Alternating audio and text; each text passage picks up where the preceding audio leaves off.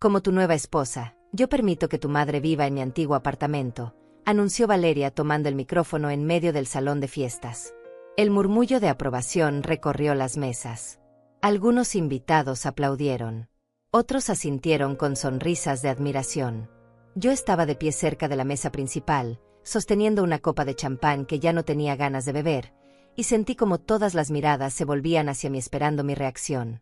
Valeria lucía radiante con su vestido blanco ajustado, el cabello recogido en un peinado elaborado, y esa sonrisa que parecía pintada en su rostro. Mi hijo Francisco estaba a su lado, apretándole la mano con complicidad, mirándome con una expresión que no supe interpretar en ese momento. Yo sonreí. Fue un gesto automático, una respuesta condicionada por años de ser amable, de no causar problemas, de siempre quedar bien. Agradezco tu generosidad, Valeria, dije con la voz más firme que pude encontrar. Pero yo vivo muy feliz en mi finca. No necesito mudarme a ningún lugar. El silencio que siguió fue incómodo. Vi como algunas personas intercambiaban miradas confundidas. Escuché susurros. Valeria mantuvo la sonrisa, pero algo cambió en sus ojos. Un destello frío que desapareció tan rápido como había aparecido. Entonces Francisco me interrumpió inmediatamente. Mamá, dijo, y su voz cortó el aire como un vidrio roto. Decidí no contarte antes porque no quería arruinar este día, pero mis suegros y mi cuñada se están mudando allá. A tu finca. Ya está todo arreglado. Sentí como si el piso desapareciera bajo mis pies. Las luces del salón de pronto me parecieron demasiado brillantes. El ruido de fondo se volvió un zumbido distante. Miré a Francisco tratando de encontrar alguna señal de que esto era una broma, algún indicio de que había escuchado mal. Pero no. Él me miraba con seriedad absoluta, con esa expresión que usaba cuando ya había tomado una decisión y no aceptaba discusiones. Yo miré alrededor del salón buscando rostros que no conocía bien. Los padres de Valeria, su hermana, la familia Mendoza. Recorrí con la vista cada mesa decorada con flores blancas y manteles de lino. Busqué entre los grupos de invitados que conversaban y reían. Pero ellos no estaban en ningún lugar. ¿Dónde están?, pregunté, y mi voz salió más pequeña de lo que hubiera querido. ¿Dónde están tus suegros y tu cuñada, Francisco? Se adelantaron, mamá, respondió él con una naturalidad que me atravesó como hielo. Fueron a la finca hace unas horas. Quisimos que comenzaran a instalarse mientras nosotros estábamos acá en la ceremonia. Fue más práctico así. Las palabras cayeron sobre mí como piedras. Mientras yo estaba aquí, en esta fiesta de bodas, celebrando lo que pensaba que era un momento especial para mi hijo, 3 personas que yo apenas conocía estaban dentro de mi casa. En mi finca. En el lugar que yo había comprado con 30 años de trabajo y sacrificio. Entonces yo dije bien alto, para que todos en ese salón pudieran escucharme. Nadie va a vivir en mi finca sin mi consentimiento. Nadie. El silencio que siguió fue absoluto. La música de fondo pareció detenerse. Las conversaciones cesaron. Todos nos miraban ahora. Francisco tenía el rostro enrojecido. Valeria ya no sonreía. Mamá, estás haciendo un escándalo, dijo Francisco entre dientes, dando un paso hacia mí. No arruines mi boda con tus caprichos. Caprichos, repetí yo sintiendo como algo se quebraba dentro de mi pecho. Defender mi propiedad es un capricho ahora. Valeria se adelantó cruzando los brazos. Doña Lucinella, mi familia necesita un lugar donde vivir. Usted tiene una finca enorme para una sola persona. Es egoísta de su parte negarse cuando le estoy ofreciendo mi apartamento a cambio. Es un intercambio justo. Justo. Esa palabra resonó en mi cabeza como una burla cruel. No había nada justo en esto. Nada justo en que dispusieran de mi casa sin preguntarme. Nada justo en que me ofrecieran como favor algo que yo no había pedido nunca. Yo no pedí tu apartamento, Valeria, respondí manteniendo la calma, aunque por dentro sentía un temblor que me recorría entera. Y tu familia no tiene derecho a entrar en mi propiedad sin mi autorización. No me importa lo que hayan acordado entre ustedes. Esa finca es mía. Francisco levantó la voz. Ya está decidido, mamá. Ellos se quedan allá. Tú puedes mudarte al apartamento o buscar otro lugar, pero esto no es negociable. No es negociable. Las palabras de mi hijo. Del niño que yo había criado sola después de quedar viuda. Del joven al que le había pagado sus estudios, trabajando turnos dobles en la fábrica. Del hombre que ahora me estaba echando de mi propia casa. Yo me quité el chal que llevaba sobre los hombros y lo dejé caer sobre la silla más cercana. Tomé mi bolso con manos temblorosas pero firmes. Di un paso atrás alejándome de ellos. Entonces tú has decidido por mí, dije mirando a Francisco directamente a los ojos. Has decidido regalar lo que no es tuyo. Has decidido que tu madre no merece ni siquiera ser consultada sobre su propia casa. Mamá, no exageres. Son solo 3 personas. La finca tiene 4 habitaciones. Hay espacio de sobra. Espacio de sobra. Como si eso fuera lo único que importaba. Como si los años que trabajé para comprar esa tierra no significaran nada. Como si mi derecho a decidir sobre mi propio hogar fuera algo que él pudiera ignorar. Me voy, anuncié con voz clara. Me voy de esta fiesta ahora mismo. Y cuando llegue a mi finca, tus suegros y tu cuñada van a tener que salir de allí. No me importa cómo lo resuelvas, Francisco, pero esa casa es mía y solo mía. No puedes hacer eso, gritó él. Ya les dijimos que podían quedarse. No puedes humillarme así delante de todos. Yo lo miré sintiendo una tristeza profunda mezclada con algo nuevo que apenas empezaba a reconocer. Era rabia. Era decepción. Pero también era claridad. Tú me humillaste primero, hijo. Tú decidiste sobre mi vida sin consultarme. Tú regalaste lo que no era tuyo para quedar bien con tu esposa. Ahora yo decido por mí misma. Di media vuelta y comencé a caminar hacia la salida. Cada paso me costaba un esfuerzo enorme. Podía sentir las miradas clavadas en mi espalda.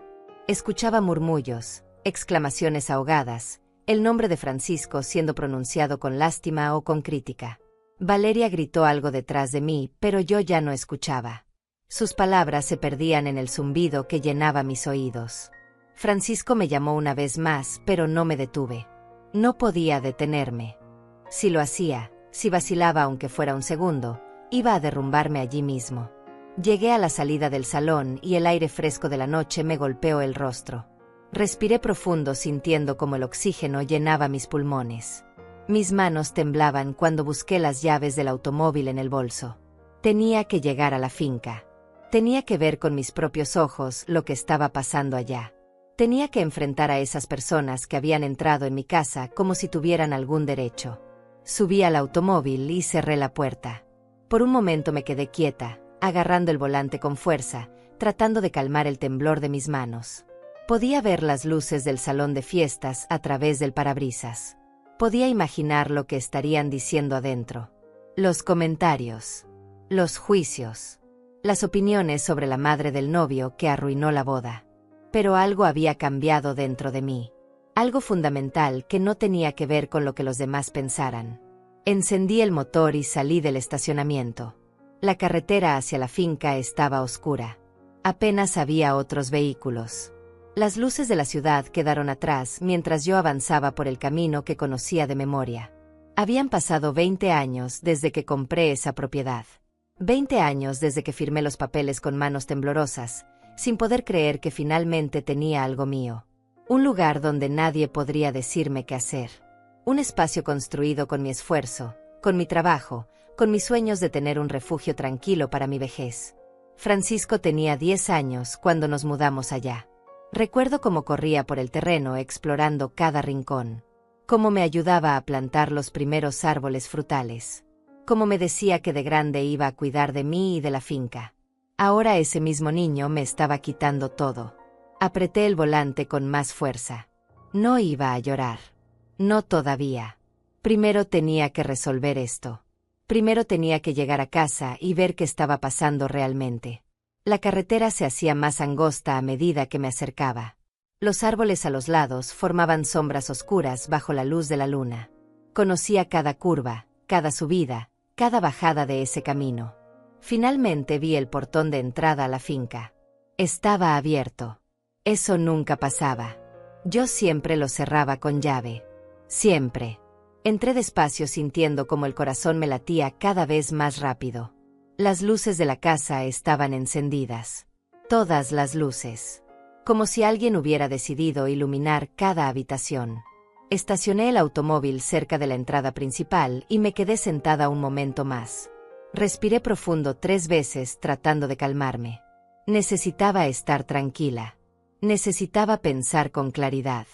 Salí del vehículo y caminé hacia la puerta. Estaba entreabierta. Yo siempre cerraba con llave cuando salía. Siempre. Empujé la puerta suavemente y entré.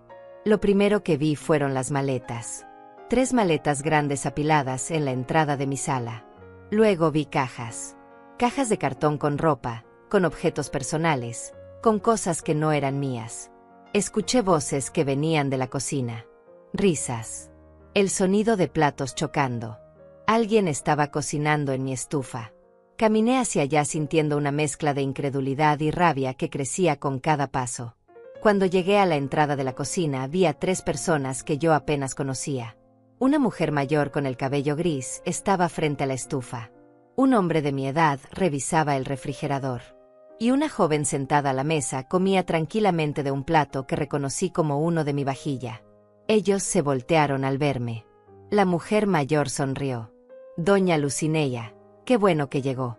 Estábamos preparando algo de cena. Francisco nos dijo que no había problema en que nos instaláramos. Yo me quedé parada en el umbral de la puerta mirándolos. Estas personas habían entrado en mi casa. Habían abierto mi refrigerador. Estaban usando mis cosas. Y lo hacían como si fuera lo más normal del mundo.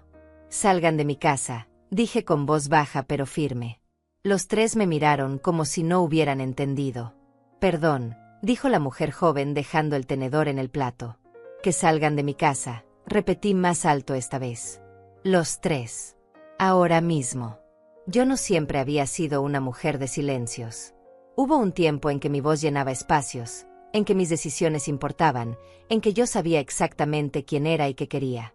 Pero eso fue hace muchos años, antes de que la vida me enseñara que a veces el amor significa callarse, significa ceder, significa poner a otros primero aunque eso signifique perderte a ti misma en el camino. Conocí a Roberto cuando yo tenía 23 años. Él trabajaba en la misma fábrica textil donde yo acababa de conseguir empleo como operadora de máquinas. Era un hombre bueno, trabajador, con manos ásperas y una risa honesta que me hacía sentir segura. Nos casamos 6 meses después de conocernos, en una ceremonia sencilla con apenas 20 invitados. Francisco nació un año más tarde. Recuerdo la primera vez que lo sostuve en mis brazos, envuelto en una manta celeste que yo misma había tejido durante los últimos meses de embarazo. Era tan pequeño, tan frágil, tan completamente dependiente de mí. Roberto lloraba de felicidad mientras miraba a nuestro hijo. Vamos a darle todo, Lucineya, me dijo. Todo lo que nosotros nunca tuvimos. Y eso hicimos. O al menos lo intentamos. Vivíamos en un apartamento pequeño de 2 habitaciones en las afueras de la ciudad. Roberto trabajaba turnos dobles en la fábrica mientras yo me quedaba en casa cuidando a Francisco. El dinero apenas alcanzaba, pero éramos felices. O eso me decía a mí misma cada noche cuando me acostaba agotada después de un día entero lavando, cocinando, limpiando, atendiendo a un bebé que lloraba sin parar. Cuando Francisco cumplió 4 años, Roberto comenzó a quejarse de dolores de cabeza. Al principio pensamos que era el cansancio, el estrés del trabajo, las horas extras que hacía para que pudiéramos ahorrar un poco. Pero los dolores empeoraron. Llegó un día en que no podía levantarse de la cama sin sentir que el mundo giraba a su alrededor. Lo llevé al hospital público. Esperamos 7 horas para que lo atendieran. El médico nos dijo que necesitaban hacerle estudios, que había algo en su cerebro que no se veía bien en los exámenes básicos. Los estudios costaban más de $1000. Nosotros teníamos ahorrados apenas 300.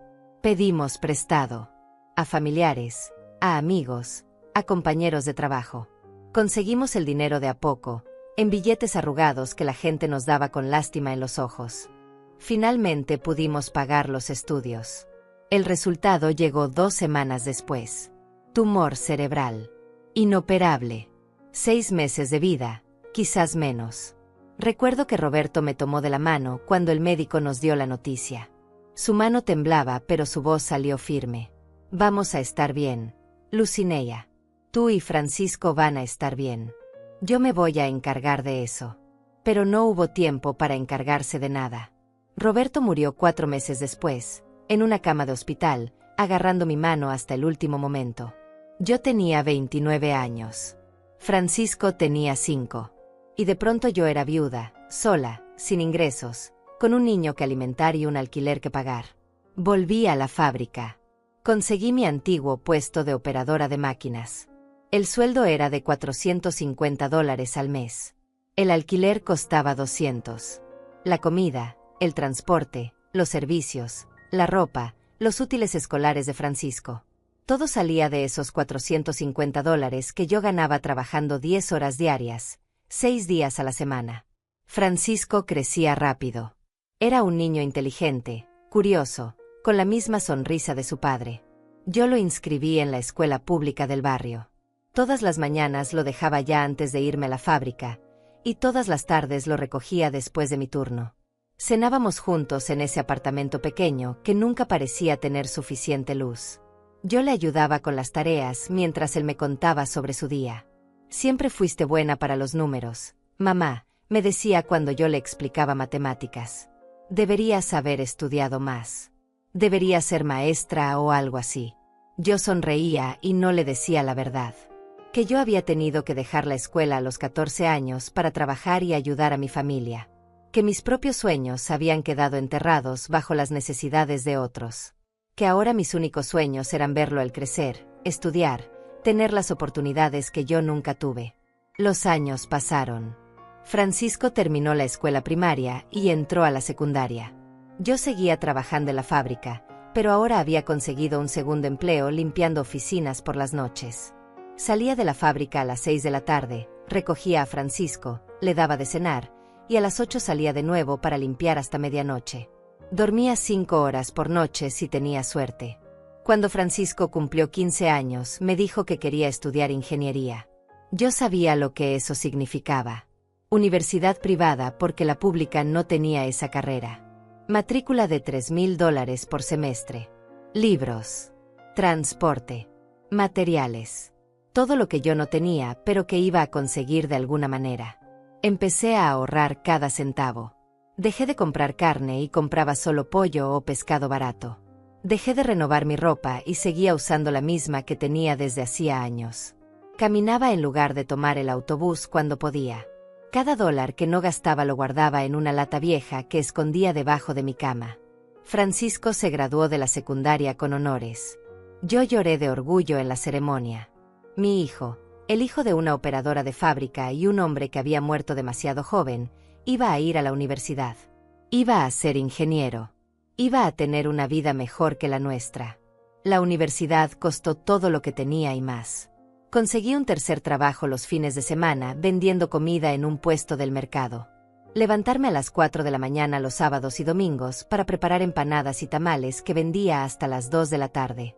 Luego volvía a casa, dormía una siesta corta y seguía con las tareas domésticas. Francisco estudiaba mucho. Era buen estudiante, responsable, dedicado. Pero también empecé a notar cambios en él. Ya no me contaba tanto sobre su día. Pasaba más tiempo con sus compañeros de universidad que conmigo. Cuando le preguntaba cómo le había ido, me respondía con monosílabos. Bien. Nada especial. No te preocupes.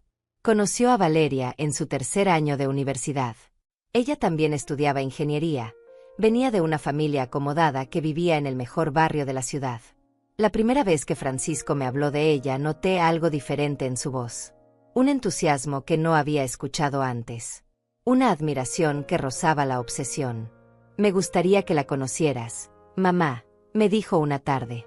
Es increíble. Es inteligente, hermosa, y su familia tiene contactos importantes. Su padre es dueño de una empresa constructora. Yo sonreí y le dije que me encantaría conocerla. Pero algo dentro de mí se tensó. Quizás fue instinto. Quizás fue el miedo de una madre que sabe que su hijo está creciendo y alejándose. No lo sé. Valeria vino a cenar al apartamento un sábado por la noche. Llegó con un vestido elegante y zapatos de tacón que hacían ruido contra el piso viejo de la sala. Miró alrededor con una expresión que intentaba ser cortés, pero que no lograba ocultar el desdén. Es acogedor, dijo con una sonrisa forzada. Muy auténtico. Yo preparé mi mejor comida. Pollo asado con papas y ensalada. Pan casero que había hecho esa mañana. Un postre simple de frutas con crema. Valeria comió poco, moviendo la comida en el plato más que llevándosela a la boca. Habló casi toda la cena sobre su familia, sobre los viajes que habían hecho a Europa, sobre los planes de expansión de la empresa de su padre. Francisco la miraba embelesado. Yo lo miraba a él y veía a un joven que se estaba enamorando no solo de una mujer, sino de un estilo de vida que nunca había tenido. Después de esa cena, Francisco comenzó a pasar menos tiempo en casa. Los fines de semana los pasaba con Valeria y su familia. Me llamaba menos. Cuando venía al apartamento, siempre tenía prisa por irse. Siempre había algo más importante que hacer. Yo me decía que era normal, que los hijos crecen y se independizan, que yo debería estar feliz de que él tuviera una vida propia, amigos, una novia. Pero en el fondo sentía un vacío que crecía cada día. Francisco se graduó de ingeniero a los 24 años. Yo estaba en la ceremonia con un vestido que había comprado usado en el mercado, pero que me había costado 2 semanas de ahorros. Lo vi subir al escenario a recibir su diploma y sentí que todo había valido la pena. Los años de sacrificio, las noches sin dormir, los trabajos extras, todo. Él consiguió empleo inmediatamente en la empresa del padre de Valeria. Un puesto con buen sueldo, beneficios, oportunidades de crecimiento. Se mudó a un apartamento mejor en un barrio más seguro. Yo lo ayudé con la mudanza cargando cajas, aunque me doliera la espalda. «Vas a venir a visitarme seguido, ¿verdad, mamá?», me dijo mientras acomodábamos los muebles en su nueva sala. «Claro que sí, hijo», respondí. «Cuando quieras que venga, aquí estaré». Pero las visitas fueron espaciándose. Una vez por semana se convirtió en una vez cada 2 semanas. Luego una vez al mes. Luego solo en ocasiones especiales. Cumpleaños. Navidad. Año Nuevo. Yo seguía trabajando en la fábrica. Había dejado los otros empleos porque mi cuerpo ya no aguantaba el mismo ritmo de antes. Tenía 52 años y sentía cada uno de ellos en mis articulaciones, en mi espalda, en mis manos que ya no podían sostener cosas pesadas sin temblar. Fue en esa época cuando empecé a pensar en comprar una propiedad. Algo mío. Un lugar donde pudiera pasar mis últimos años en paz. Había ahorrado durante 30 años. Nunca me permití lujos, nunca gasté en cosas innecesarias. Todo iba a esa lata debajo de mi cama que ahora contenía casi $20,000. Busqué durante meses. Finalmente encontré la finca. Estaba a 1 hora de la ciudad, rodeada de árboles, con un terreno amplio y una casa sencilla de 4 habitaciones. El precio era de $18,000. Era perfecto. Le dije a Francisco sobre mi plan. Él frunció el ceño. «¿Para qué quieres irte tan lejos, mamá? Vas a estar sola allá. Es mejor que te quedes acá cerca». Pero yo ya había tomado la decisión. Firmé los papeles, pagué el precio completo en efectivo, y me mudé a la finca cuando tenía 54 años. Francisco me ayudó con la mudanza, pero se quejó todo el tiempo sobre la distancia, sobre lo aislado que estaba el lugar, sobre cómo iba a ser si me pasaba algo. «Voy a estar bien», le dije. «Este es mi sueño. Mi propio lugar». Y lo fue. Durante los primeros años, la finca fue mi refugio. Planté un jardín con vegetales y flores. Arreglé la casa poco a poco. Pinté las paredes, cambié los pisos, hice que el lugar se sintiera verdaderamente mío. Por primera vez en mi vida sentí que tenía algo que nadie podía quitarme. Francisco venía a visitarme cada vez menos. Siempre tenía trabajo, compromisos, planes con Valeria. Yo entendía, o al menos eso me decía a mí misma. Los hijos tienen sus propias vidas. Es natural. Es como debe ser. Cuando Francisco me anunció que se iba a casar con Valeria, yo me alegré por él. Le pregunté si podía ayudar con algo, si necesitaba dinero para la boda. Él me dijo que no, que la familia de Valeria se encargaba de todo, que solo necesitaba que yo estuviera allí el día de la ceremonia.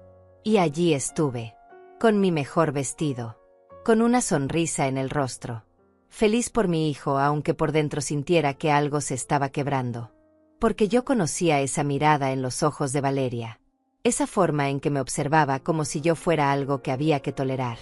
Algo de lo que había que deshacerse eventualmente. Los preparativos para la boda de Francisco habían comenzado 6 meses antes de la fecha oficial. Yo me enteré por una llamada rápida, casi casual, en la que mi hijo me informó que ya habían fijado el día y reservado el salón de fiestas. No me preguntó mi opinión sobre la fecha. No me consultó si ese día me venía bien. Simplemente me lo comunicó como quien anuncia el clima. La familia de Valeria se encargó de todo desde el principio.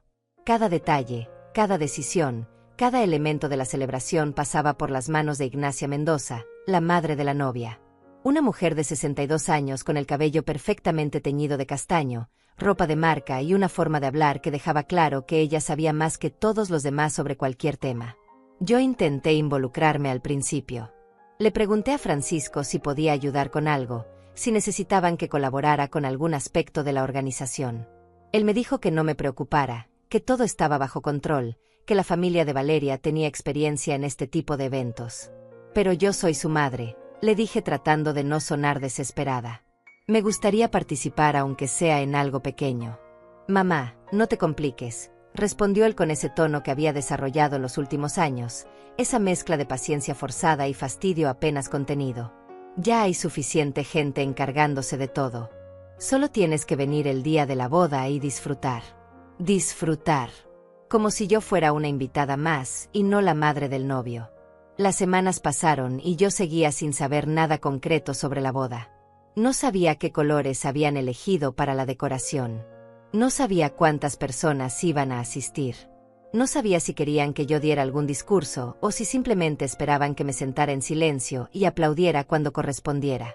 Decidí visitar a Francisco en su apartamento una tarde de sábado. Toqué el timbre y esperé varios minutos antes de que él abriera la puerta. Tenía el cabello revuelto y cara de recién levantado, aunque ya eran las 2 de la tarde. Mamá, no sabía que ibas a venir, dijo sin moverse del umbral. Quería hablar contigo sobre la boda, respondí. Hace semanas que no sé nada y me gustaría estar al tanto de los planes. Él suspiró y finalmente me dejó entrar. El apartamento estaba desordenado. Había cajas apiladas en un rincón, ropa tirada sobre el sofá, platos sucios en la mesa del comedor. No era así como yo lo había criado, pero ya no era mi lugar decir nada. Valeria llegó pocos minutos después. Entró con bolsas de compras de tiendas caras, usando lentes de sol aunque estábamos adentro. Me saludó con un beso en la mejilla que apenas rozó mi piel. Doña Lucineya, qué sorpresa, dijo dejando las bolsas en el sofá. No sabíamos que vendría. Solo quería hablar sobre la boda, repetí sintiendo como mi voz sonaba cada vez más pequeña. Me gustaría saber si hay algo en lo que pueda ayudar. Valeria intercambió una mirada con Francisco antes de responder. Bueno, todo está prácticamente listo. Mi madre se ha encargado de cada detalle. Es una experta en organizar eventos. De hecho, acaba de contratar al mejor servicio de catering de la ciudad. Cuesta casi $10,000, pero vale cada centavo. $10,000 en comida. Yo me había casado con Roberto con un presupuesto total de $500 y habíamos sido igual de felices. Pero no dije nada. Solo asentí.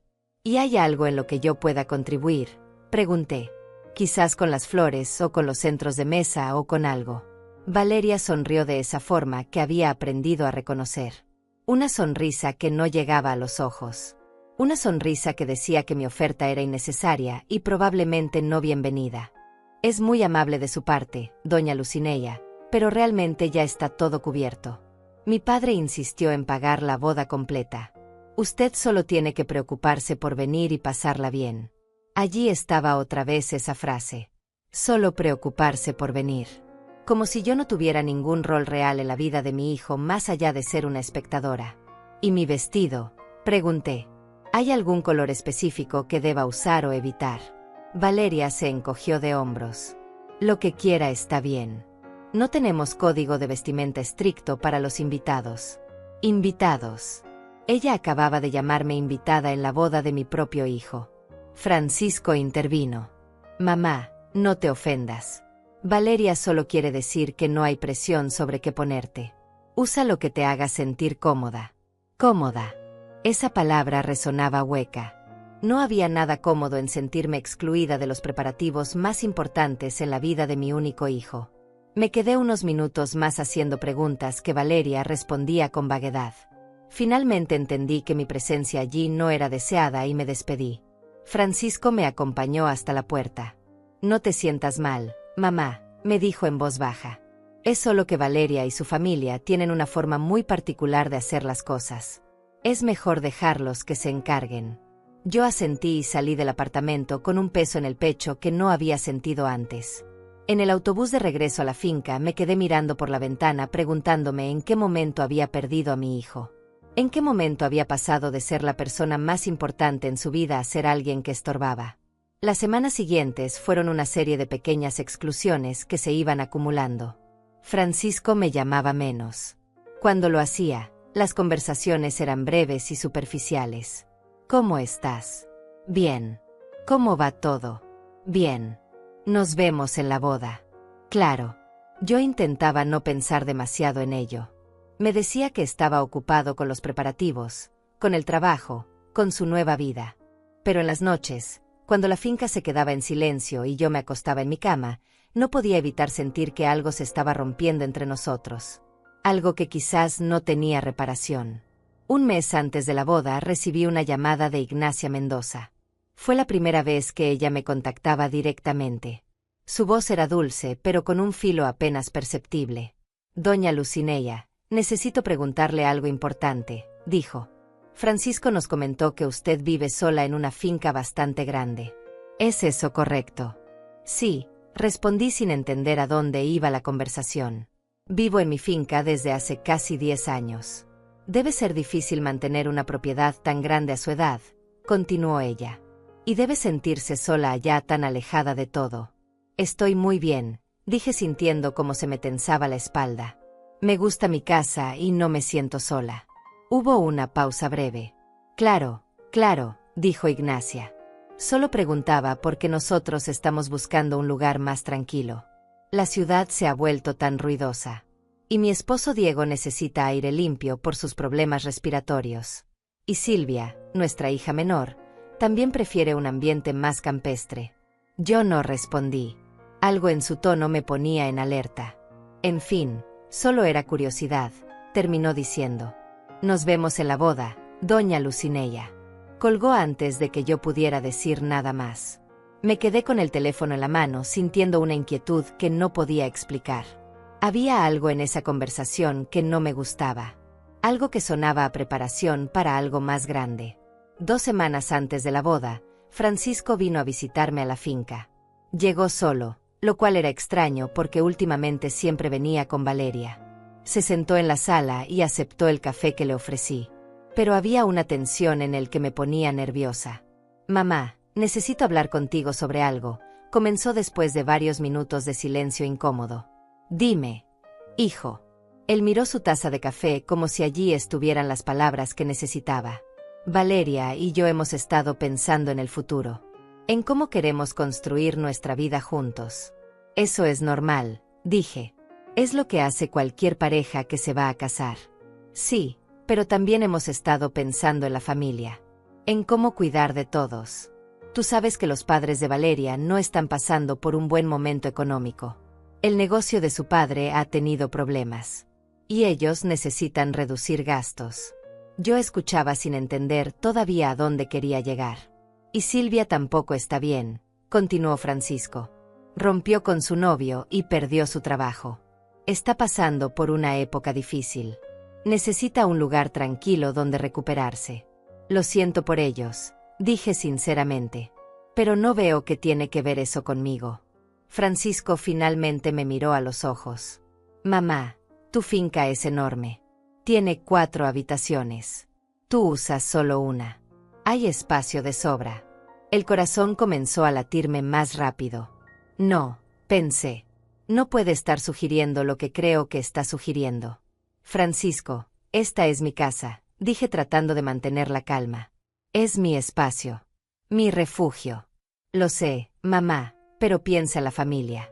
Ellos necesitan ayuda y tú tienes los recursos para dársela. Solo sería temporal.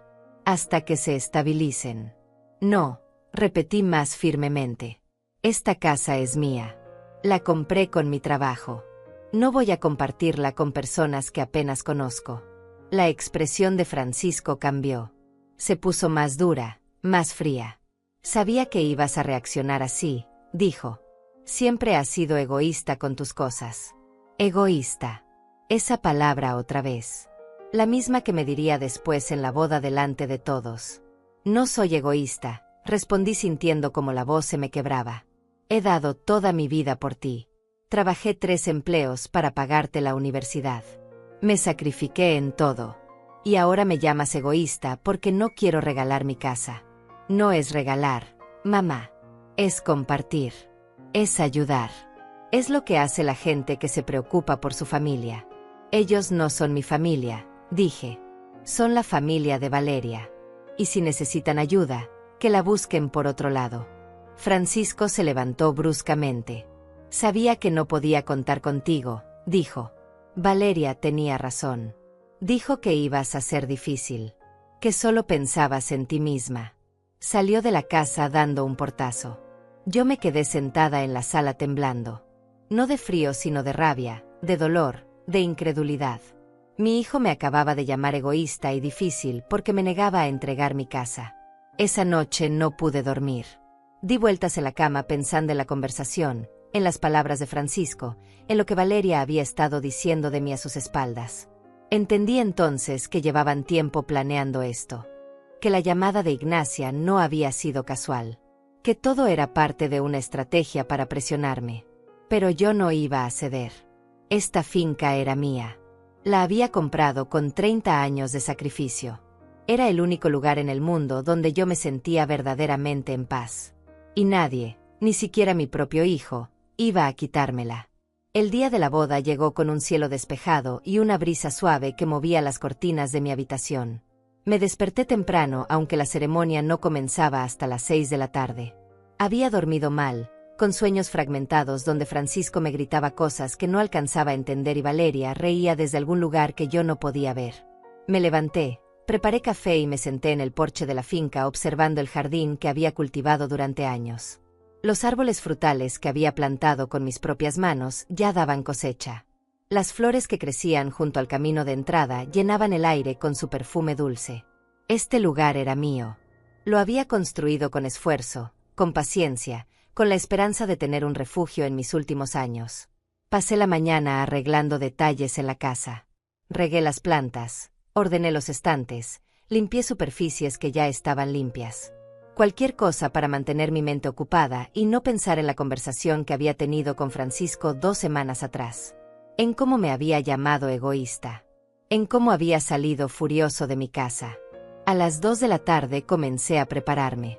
Me di un baño largo, me sequé el cabello con cuidado, me maquillé suavemente.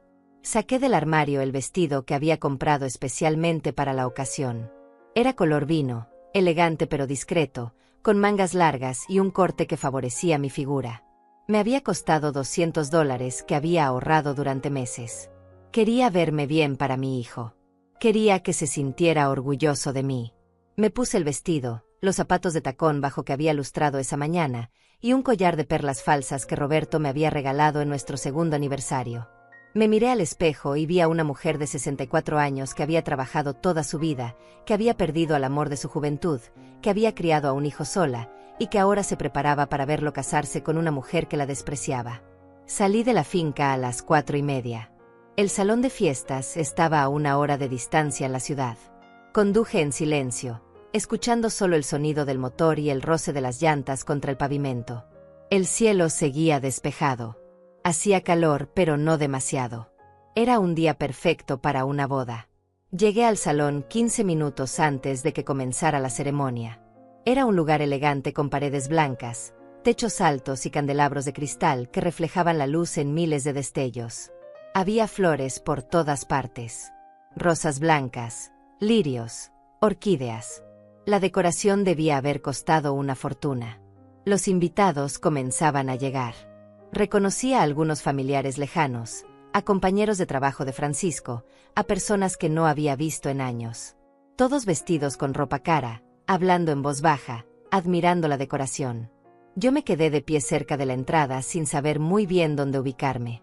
Una coordinadora de eventos se acercó a mí. ¿Usted es la madre del novio?, preguntó con una sonrisa profesional. Sí, respondí. Perfecto. Su lugar está en la primera fila del lado izquierdo. Por favor, acompáñeme. Me llevó hasta mi asiento. Era un lugar privilegiado con vista directa al altar improvisado donde Francisco y Valeria se casarían. Pero estaba sola en esa fila. No había nadie más sentado cerca de mí. Al otro lado, la primera fila del lado derecho estaba llena. Ignacia Mendoza con un vestido dorado, Diego Mendoza con un traje oscuro, Silvia Mendoza con un vestido rosa que dejaba ver demasiada piel, y varios otros familiares de Valeria que conversaban animadamente entre ellos.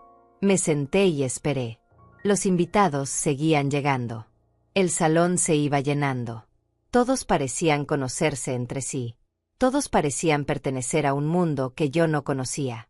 Un mundo de dinero, de contactos, de conversaciones sobre viajes y negocios y propiedades.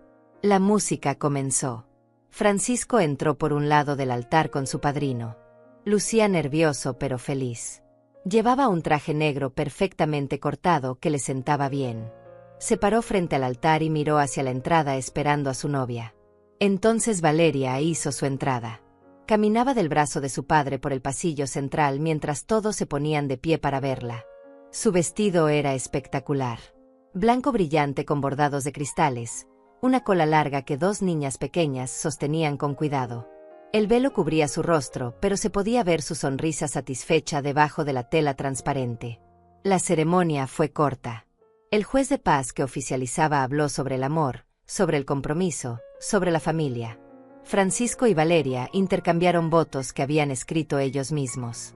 Palabras bonitas sobre el futuro, sobre construir una vida juntos, sobre amarse para siempre. Yo escuchaba y sentía una distancia enorme entre mi hijo y yo, como si el hombre que estaba allí en el altar fuera un extraño con el rostro de Francisco. Se besaron cuando el juez los declaró marido y mujer. Los invitados aplaudieron. La música sonó más fuerte. Todos se pusieron de pie mientras la pareja caminaba por el pasillo tomados de la mano, sonriendo para las cámaras que capturaban cada momento. Luego vino la parte de la recepción.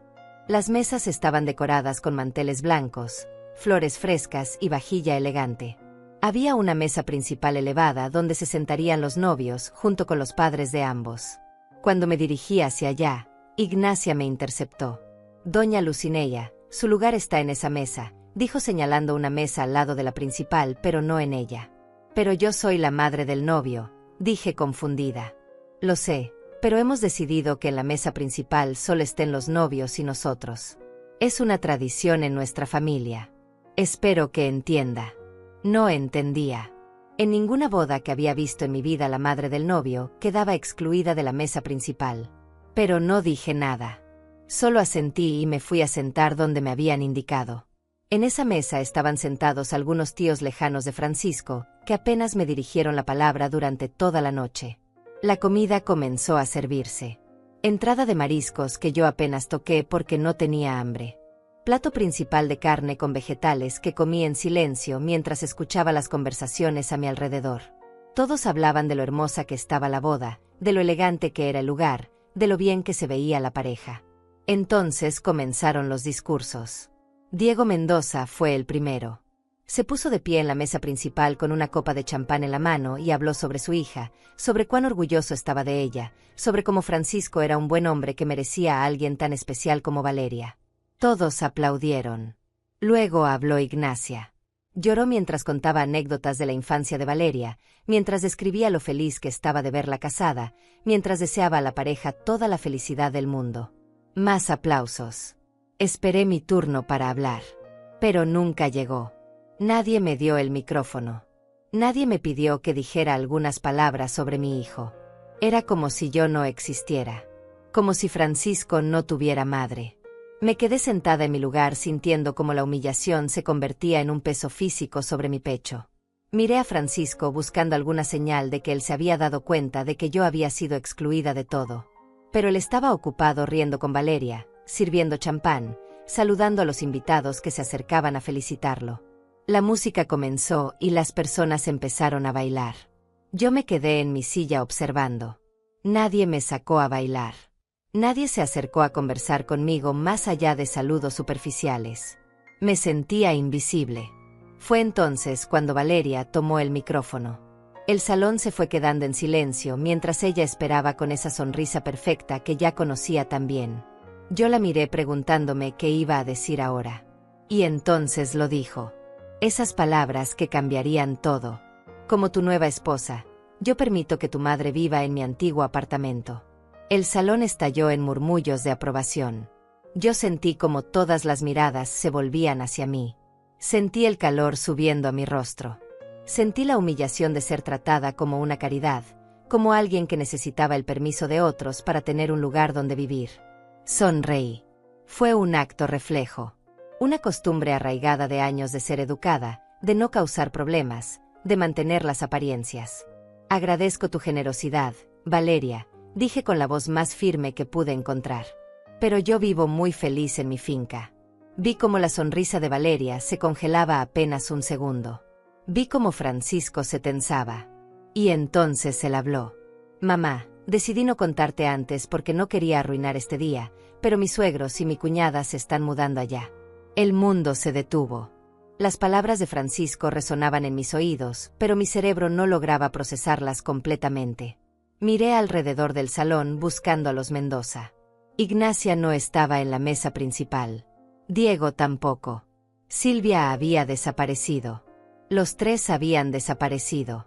¿Dónde están?, pregunté y mi voz salió débil. ¿Dónde están ellos ahora? Se adelantaron a la finca, mamá, respondió Francisco con esa naturalidad cruel. Fueron hace unas horas a comenzar a instalarse. Pensamos que era mejor así. Yo no autoricé eso.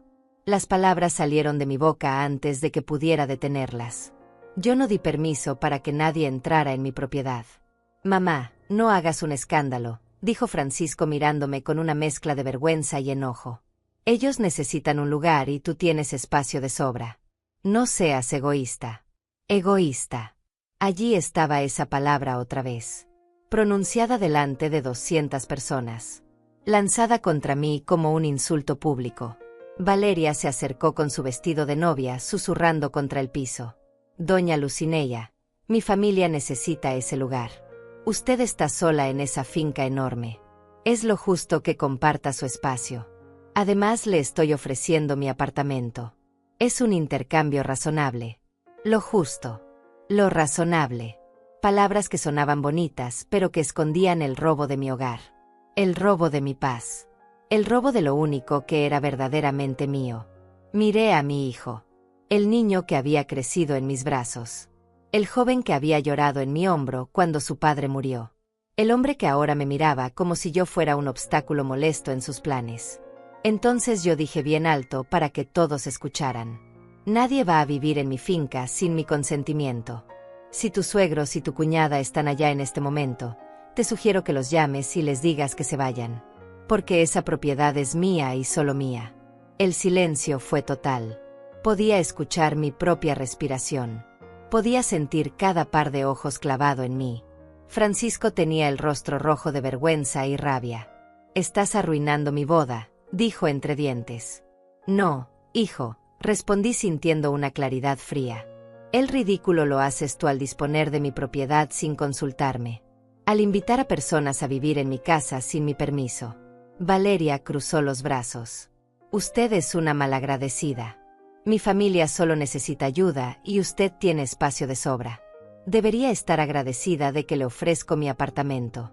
No necesito tu apartamento, dije mirándola fijamente. Y tu familia no tiene derecho sobre mi finca. Yo trabajé 30 años para comprar esa propiedad. Nadie me la regaló. Y nadie me la va a quitar. Francisco dio un paso hacia mí. Ya está decidido. Ellos se quedan y punto. Tú puedes mudarte o buscar otro lugar. Algo se rompió dentro de mí en ese momento. No era solo dolor. Era una lucidez absoluta. Mi hijo me estaba echando de mi propia casa. Me estaba quitando lo único que tenía. Y lo hacía delante de todos como si tuviera ese derecho. Me quité el chal que llevaba sobre los hombros y lo dejé caer sobre la silla. Tomé mi bolso con las 2 manos. Entonces tú has tomado tu decisión, dije con voz firme. Y yo tomo la mía. Me voy ahora. Y cuando llegue a mi finca voy a hacer que tus suegros salgan de allí. No me importa cómo lo soluciones. No puedes humillarme así, gritó Francisco. Tú me humillaste primero. Regalaste lo que no era tuyo. Decidiste por mí. Ahora yo decido por mí misma. Y esta boda terminó para mí.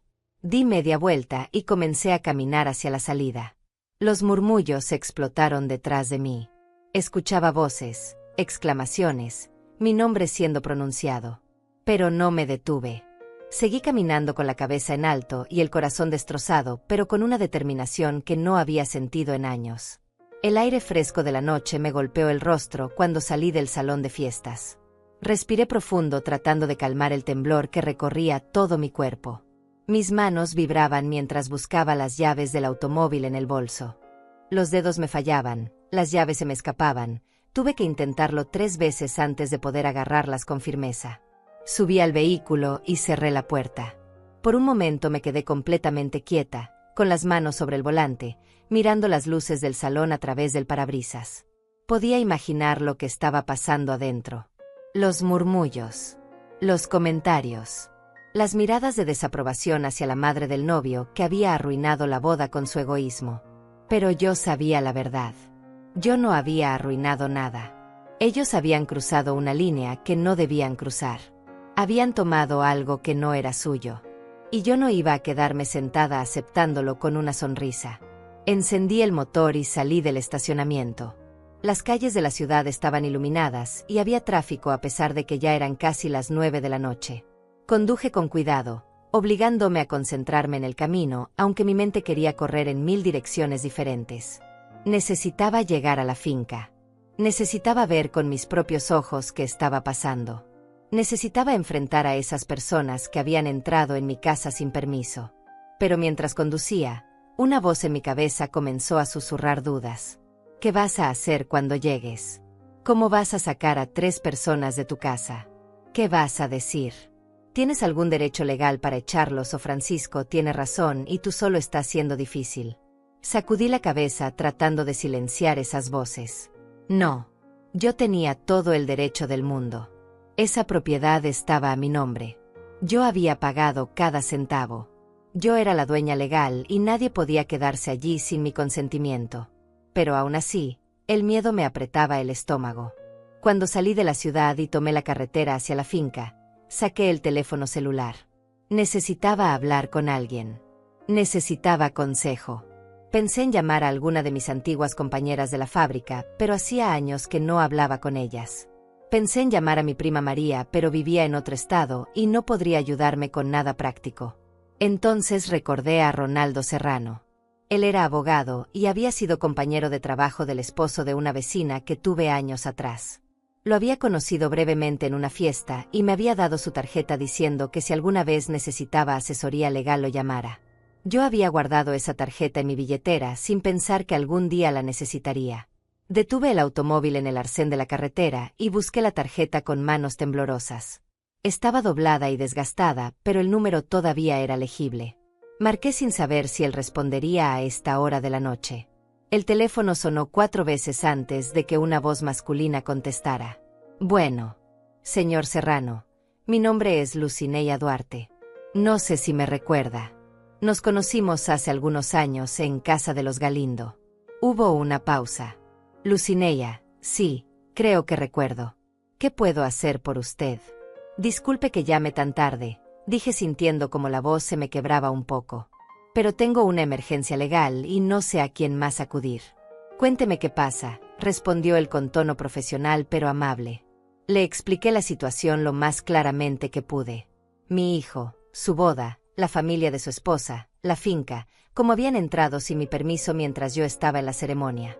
Hablé rápido, tropezándome con las palabras, tratando de no sonar histérica aunque por dentro sentía que estaba a punto de desmoronarme. Ronaldo escuchó sin interrumpir. Cuando terminé, él permaneció en silencio unos segundos antes de hablar. Doña Lucineya, lo que le están haciendo es claramente ilegal. Nadie puede ocupar su propiedad sin su consentimiento. No importa si son familiares de su nuera o si su hijo les dio permiso. Él no es el dueño de la propiedad. Usted lo es. Entonces puedo echarlos, Pregunté sintiendo un alivio enorme. Sí, puede. De hecho, debe hacerlo inmediatamente. Si ellos se niegan a salir, usted puede llamar a la policía y denunciarlos por allanamiento de morada. Tiene todos los documentos que prueban que la finca es suya. Sí, tengo todo. Las escrituras, los recibos de pago, todo está a mi nombre. Perfecto. Entonces mi consejo es que vaya a su propiedad, les informe claramente que no tienen permiso para estar allí, y les dé un plazo razonable para que recojan sus cosas y se vayan. Si se niegan, llame a la policía inmediatamente. Y mañana a primera hora venga a mi oficina para que revisemos su situación legal completa y nos aseguremos de que su hijo no pueda hacer ningún reclamo sobre la propiedad. Gracias, susurré sintiendo como las lágrimas comenzaban a formarse en mis ojos.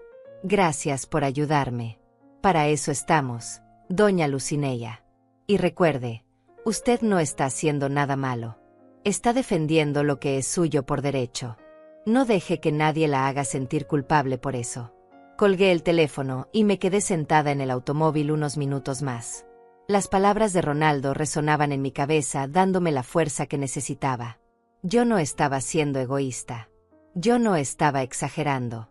Yo estaba defendiendo mi derecho a decidir sobre mi propia vida, sobre mi propia casa. Respiré profundo 3 veces y volví a encender el motor.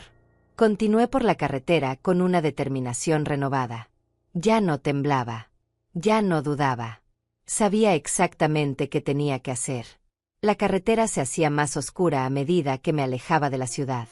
Solo las luces de mi automóvil iluminaban el camino.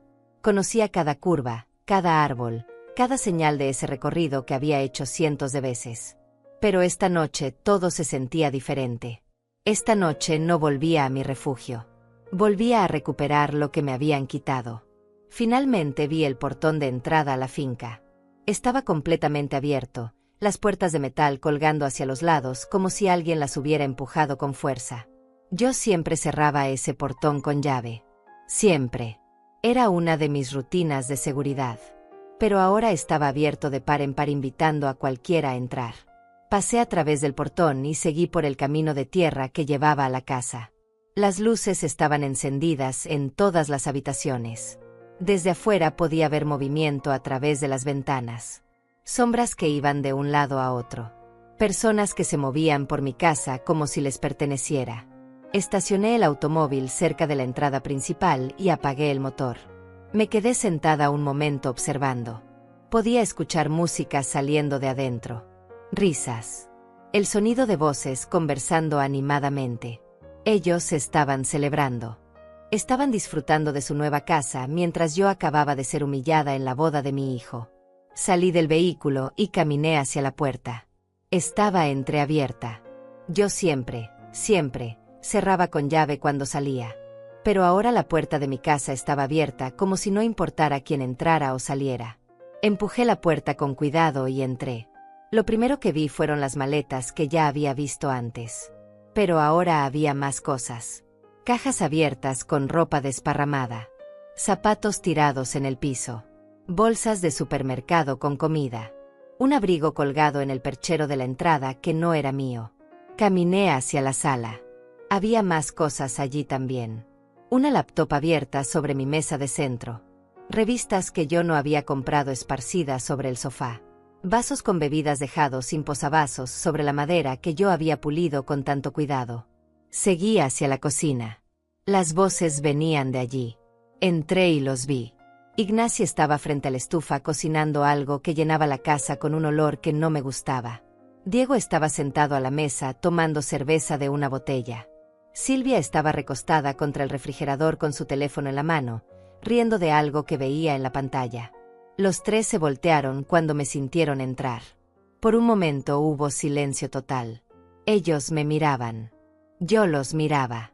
Nadie decía nada. Entonces Ignacia sonrió. Doña Lucineya, qué bueno que llegó. Estábamos preparando algo de cena. Francisco nos dijo que estaríamos muy cómodos aquí. La finca es hermosa. Salgan de mi casa, dije con voz baja pero completamente firme. Los 3 me miraron como si no hubieran entendido. Ignacia dejó de sonreír. Diego puso la botella de cerveza sobre la mesa lentamente. Silvia bajó el teléfono. ¿Cómo dice?, preguntó Ignacia frunciendo el ceño. Que salgan de mi casa, repetí más alto. Los tres. Ahora mismo. Diego se puso de pie. Doña Lucineya, creo que hay un malentendido. Francisco nos dijo que podíamos quedarnos aquí. Nos aseguró que usted estaba de acuerdo. Yo no estoy de acuerdo, respondí sintiendo como la rabia subía por mi pecho. Yo nunca di permiso para que entraran en mi propiedad. Esta casa es mía. La escritura está a mi nombre. Y ustedes no tienen ningún derecho a estar aquí. Silvia se adelantó con los brazos cruzados. Usted está exagerando. Solo necesitamos un lugar donde quedarnos temporalmente. No es para tanto. Además, Francisco es su hijo. Debería querer ayudar a su familia política. Ustedes no son mi familia, dije mirándola directamente. Son extraños que entraron en mi casa sin permiso. Eso se llama allanamiento. Y si no salen voluntariamente, voy a llamar a la policía. Ignacia soltó una risa seca. No va a hacer eso. Francisco nunca se lo perdonaría. Piense en su relación con su hijo. Ya no tengo relación con mi hijo, dije sintiendo como las palabras salían más fácil de lo que pensaba. Él decidió romperla cuando dispuso de mi casa sin consultarme. Cuando me llamó egoísta delante de 200 personas. Cuando eligió quedar bien con ustedes en lugar de respetar a su madre. El silencio que siguió fue pesado. Diego y Ignacia intercambiaron miradas. Silvia había dejado caer los brazos y me miraba con una mezcla de sorpresa y rabia. Tienen 48 horas para recoger sus cosas y salir de aquí, dije con voz firme. Si en 48 horas siguen aquí, vendré con la policía y lo sacarán a la fuerza. Y créanme, no me va a temblar la mano para hacerlo. Esto es ridículo, gritó Silvia. No puede echarnos así. Tenemos un acuerdo con Francisco. Francisco no es dueño de esta propiedad, respondí. Yo lo soy. Y el único acuerdo que importa es el que yo autorice. Y yo no autorizo que ustedes vivan aquí. Diego intentó una táctica diferente. Doña Lucineya, seamos razonables. Nosotros estamos pasando por un momento difícil económicamente. Solo necesitamos un poco de tiempo para estabilizarnos. Usted tiene tanto espacio aquí. No le costaría nada compartirlo. Me costó 30 años de trabajo comprarlo, dije sintiendo como cada palabra salía cargada de dolor y rabia. Me costó sacrificar todo para tener algo mío. Y no voy a regalarlo porque a ustedes les convenga. Caminé hacia el teléfono que estaba en la pared de la cocina. Voy a llamar al abogado ahora mismo para que esto quede documentado, dije. Y mañana a primera hora voy a ir a la comisaría a hacer la denuncia formal. Tienen 48 horas. Ni un minuto más. Marqué el número de Ronaldo. Él contestó al primer timbre. Señor Serrano, estoy en la finca. Ellos están aquí y se niegan a salir. Dígales exactamente lo que le indiqué. 48 horas. Si no se van, denúncialos. Y yo estaré allí para respaldarte legalmente. Gracias, susurré. Colgué y me volteé hacia los Mendoza. Ya escucharon. 48 horas. Y ahora salgan de mi cocina. Esta conversación terminó. Pasé esa noche en mi propia casa sintiéndome como una extraña. Me encerré en mi habitación con llave, algo que nunca había hecho antes porque siempre había sido la única persona viviendo allí. Pero ahora había 3 intrusos bajo mi techo y no confiaba en ellos. Escuchaba sus voces a través de las paredes. Risas ocasionales. El sonido de puertas abriéndose y cerrándose. Pasos que iban de un lado a otro. No pude dormir. Me quedé acostada en la cama mirando el techo, con el teléfono celular en la mano por si necesitaba llamar a alguien. Cada ruido me sobresaltaba. Cada crujido de la madera me ponía alerta. Esta era mi casa, mi refugio, y ahora me sentía prisionera en mi propia habitación. Cuando finalmente amaneció, me levanté agotada. Me di un baño rápido, me vestí y salí de la habitación decidida a no esconderme en mi propia casa. Los Mendoza estaban en la cocina desayunando. Habían usado mi cafetera, mis tazas, mi pan, mi mantequilla.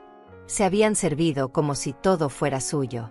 Buenos días, dijo Ignacia con una sonrisa forzada cuando me vio entrar. Yo no respondí. Simplemente tomé una taza del estante, Me serví café y salí al porche. No iba a discutir con ellos. No iba a darles la satisfacción de verme perder el control. Solo iba a esperar a que se cumpliera el plazo.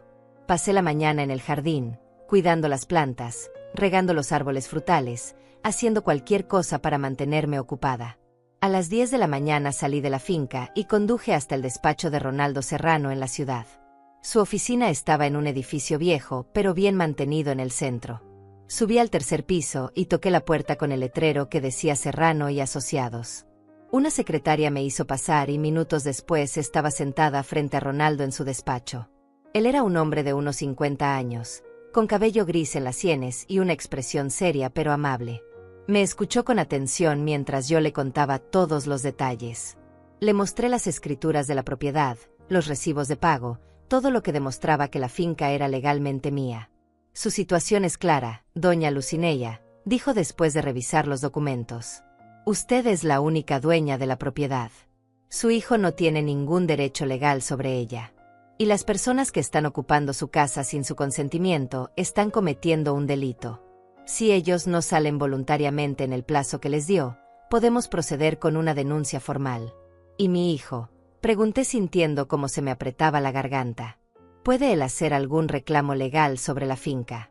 No, a menos que usted haya firmado algún documento dándole derechos sobre la propiedad.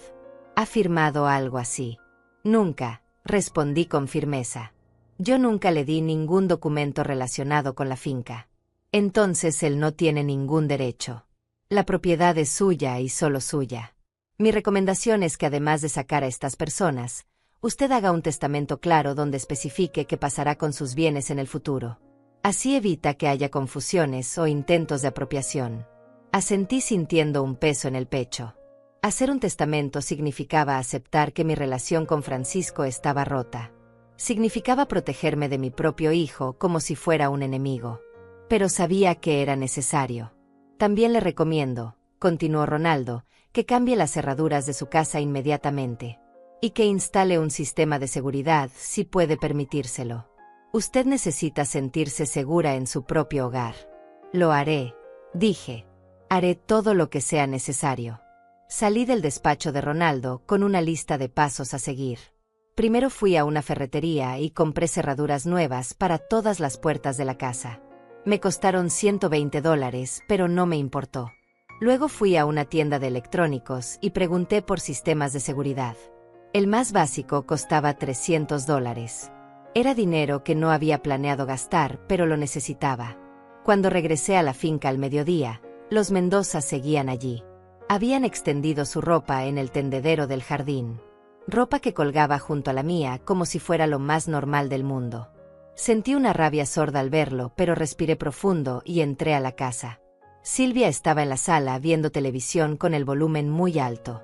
Ignacia estaba en la cocina preparando comida que llenaba la casa con olores extraños. Diego estaba en el porche fumando un cigarrillo a pesar de que yo nunca había permitido que nadie fumara en mi propiedad. Falta poco para que se cumpla el plazo, dije en voz alta para que todos me escucharan. Silvia bajó el volumen de la televisión y me miró con desdén. Relájese, doña Lucineya. No se va a morir por compartir su casa unos días más. No son unos días más, respondí. Son 48 horas. Y cuando ese tiempo termine, si ustedes siguen aquí, llamaré a la policía. Ignacia salió de la cocina secándose las manos en un trapo. Usted está actuando de forma muy poco cristiana. La Biblia dice que debemos ayudar a los necesitados.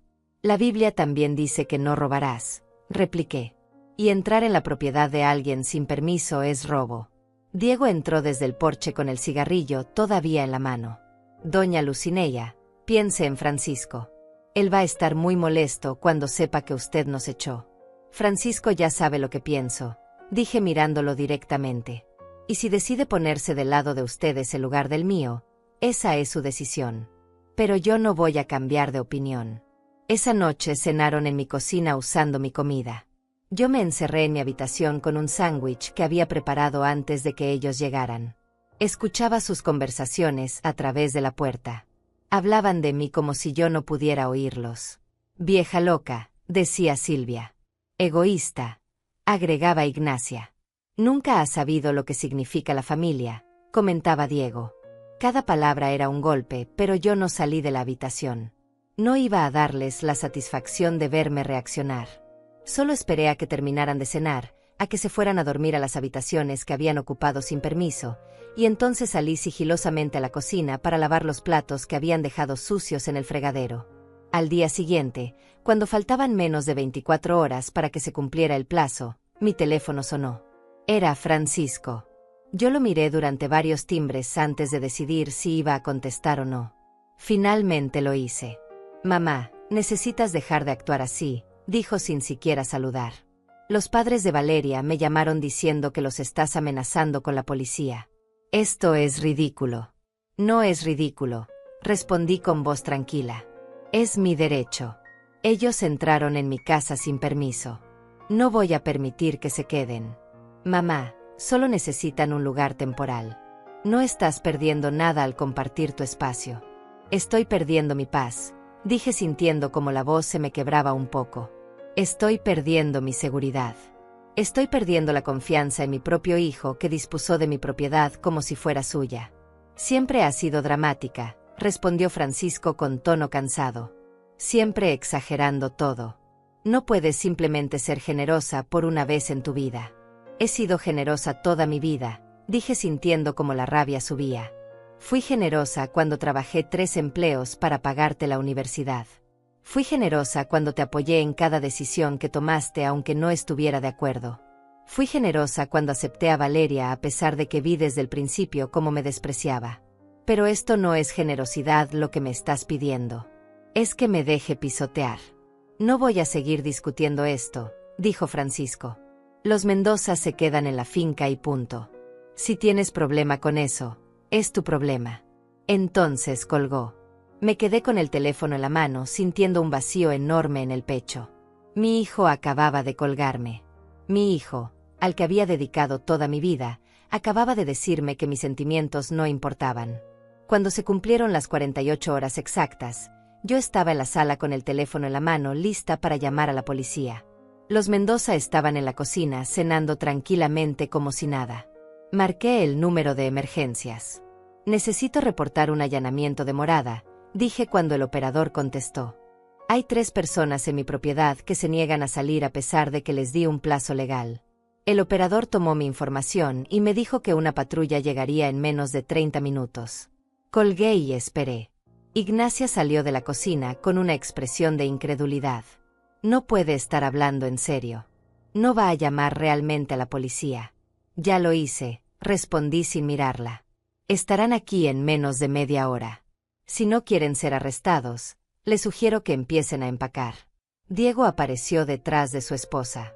«Esto es absurdo. Francisco va a estar furioso». «Que lo esté», dije sintiendo una calma extraña. «Ya no me importa».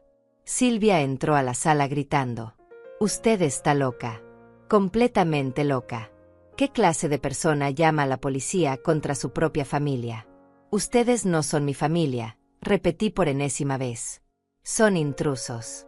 Y los intrusos no son bienvenidos en mi casa». Los 25 minutos siguientes fueron caóticos. Los Mendoza corrían de un lado a otro metiendo sus cosas en maletas a toda prisa. Ignacia lloraba dramáticamente. Diego maldecía en voz baja. Silvia me lanzaba miradas de odio puro mientras empacaba sus pertenencias. Cuando llegó la patrulla de policía, ellos ya tenían todo empacado y estaban cargando el auto que habían estacionado frente a la casa. 2 oficiales bajaron del vehículo policial y se acercaron a mí. «¿Usted es la que llamó?», preguntó uno de ellos. «Sí, soy la dueña de esta propiedad», respondí mostrándoles las escrituras que había preparado. «Estas 3 personas entraron sin mi permiso y se negaban a salir». El oficial revisó los documentos y luego miró a los Mendoza. «¿Tienen algún documento que demuestre que tienen derecho a estar aquí?». Diego intentó explicar algo sobre un acuerdo con mi hijo, pero el oficial lo interrumpió. «Si el hijo no es dueño de la propiedad, no puede dar permiso para que ustedes vivan aquí. La dueña es la señora y ella tiene todo el derecho de pedirles que se vayan». «Esto no va a quedar así», amenazó Ignacia mientras subía a su vehículo. «Vamos a hablar con Francisco. Vamos a solucionar esto». «No hay nada que solucionar», dije con voz firme. No vuelvan nunca a mi propiedad. Si lo hacen, los volveré a denunciar. Los Mendoza se fueron finalmente dejando una estela de polvo en el camino. Yo me quedé parada en el porche viendo cómo las luces traseras de su auto desaparecían en la distancia. Los oficiales se quedaron unos minutos más tomando nota de todo para el reporte oficial. Hizo lo correcto, señora, me dijo uno de ellos antes de irse. Nadie tiene derecho a invadir su propiedad sin importar quiénes sean. Cuando finalmente se fueron y me quedé sola en la finca, entré a la casa y cerré la puerta con llave. El silencio era absoluto. Por primera vez en días, mi casa volvía a ser mía. Caminé por cada habitación recogiendo las cosas que los Mendoza habían dejado atrás. Ropa olvidada. Revistas. Basura. Limpié toda la casa esa noche. Lavé las sábanas que habían usado. Desinfecté las superficies. Abrí todas las ventanas para que entrara aire fresco. Quería borrar cualquier rastro de su presencia. Los días siguientes a la expulsión de los Mendoza fueron extrañamente tranquilos. Yo me despertaba cada mañana esperando algún tipo de represalia, alguna llamada furiosa, algún intento de volver a entrar en mi propiedad. Pero no pasó nada. El silencio era absoluto y eso me inquietaba más que cualquier confrontación. La primera tarea que hice fue cambiar todas las cerraduras de la casa. Contraté a un cerrajero que vino una mañana temprano y reemplazó cada cerradura de cada puerta. Me costó $250 en total, pero valió cada centavo. Cuando terminó el trabajo, yo tenía un juego nuevo de llaves y la certeza de que nadie podía entrar sin mi permiso. Luego vino la instalación del sistema de seguridad. Un técnico llegó al día siguiente y colocó cámaras en la entrada principal, en el portón y en la parte trasera de la casa. También instaló sensores de movimiento y una alarma que se conectaba directamente con mi teléfono celular. Si alguien intentaba entrar, yo lo sabría de inmediato. El sistema completo costó $450. Era dinero de mis ahorros, dinero que había guardado para emergencias, pero esto era una emergencia. Francisco no llamó durante esos primeros días. Yo revisaba mi teléfono constantemente esperando ver su nombre en la pantalla, pero nunca aparecía. Parte de mí quería que llamara para poder explicarle cómo me sentía. Otra parte de mí sabía que probablemente era mejor así. No había nada que decir que no terminara en otra discusión. Bloqueé el número de Valeria después de que me mandó 5 mensajes seguidos llamándome egoísta, amargada y mala madre. También bloqueé a Ignacia cuando comenzó a mandarme mensajes religiosos sobre el perdón y la caridad. No necesitaba que me bombardearan con mensajes diseñados para hacerme sentir culpable. Pasaba mis días ocupándome de la finca. Podaba los árboles frutales, arreglaba el jardín, pintaba las áreas de la casa que necesitaban mantenimiento. Cada actividad era una forma de recuperar mi espacio, de hacerlo mío otra vez. Limpiaba obsesivamente cada rincón donde los Mendoza habían estado. Quería borrar cualquier huella de su presencia. Las noches eran más difíciles. Cuando el sol se ponía y la casa quedaba en silencio, los pensamientos llegaban sin permiso.